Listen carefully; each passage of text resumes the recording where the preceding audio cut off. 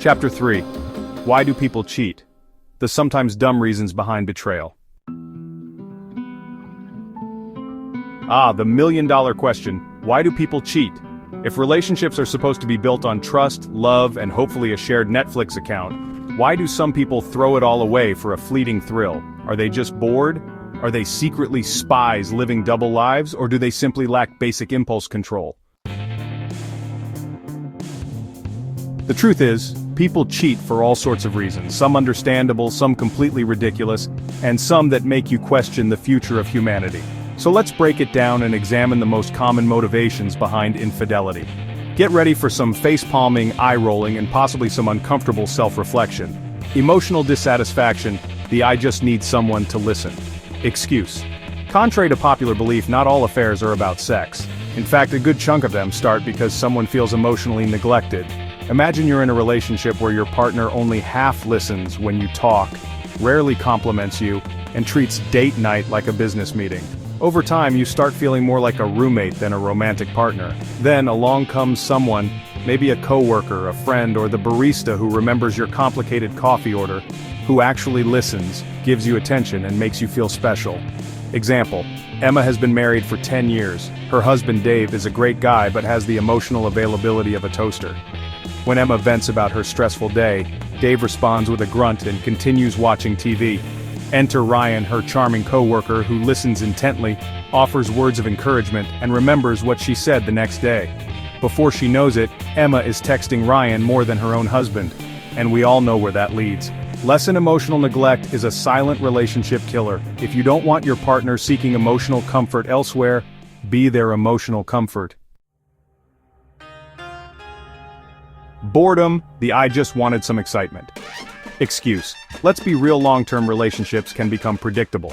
The honeymoon phase fades, responsibilities pile up, and next thing you know, your idea of excitement is ordering a different kind of pizza on Friday night. Some people handle this gracefully, others panic and go looking for a thrill. Example: Josh has been dating Megan for 5 years. Their routine is solid: Friday night takeout, weekend Netflix binges, and an occasional brunch.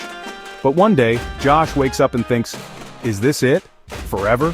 Instead of spicing up his current relationship, he convinces himself that excitement can only be found elsewhere.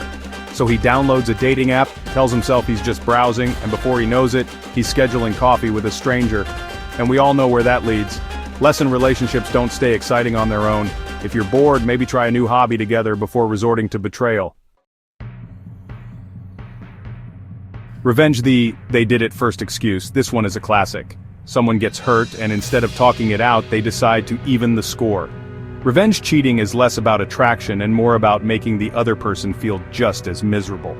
Example: Sophie finds out her boyfriend Tom flirted with his ex at a party.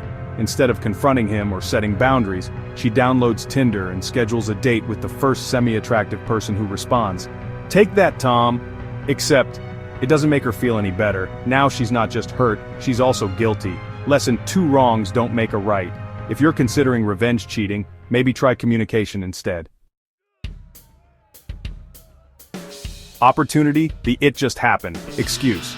You know what doesn't just happen? Tripping and accidentally landing in someone else's bed. Yet, this is one of the most common excuses for infidelity. Some people cheat simply because they can. The circumstances line up just right: a business trip, alcohol, an attractive stranger, and a partner who isn't around to catch them. Example: Mark is on a work trip in another city.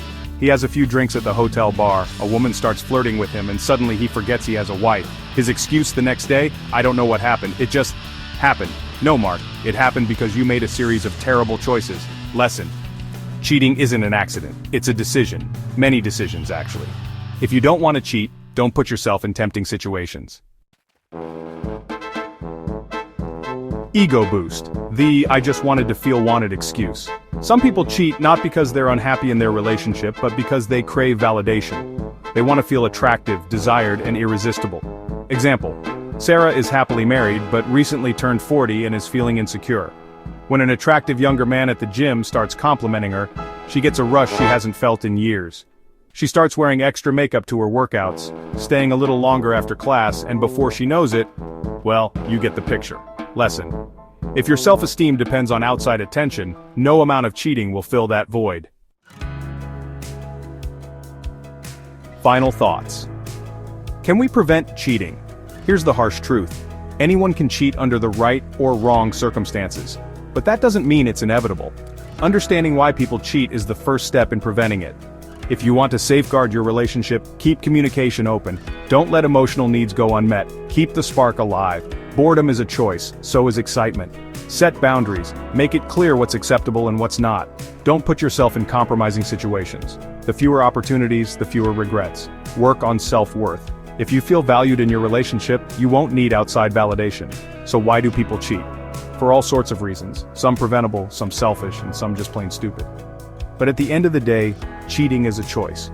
And hopefully, after reading this, it's one fewer people will make. Next up, how to prevent cheating before it starts. Because let's face it, that would be much easier than dealing with the aftermath.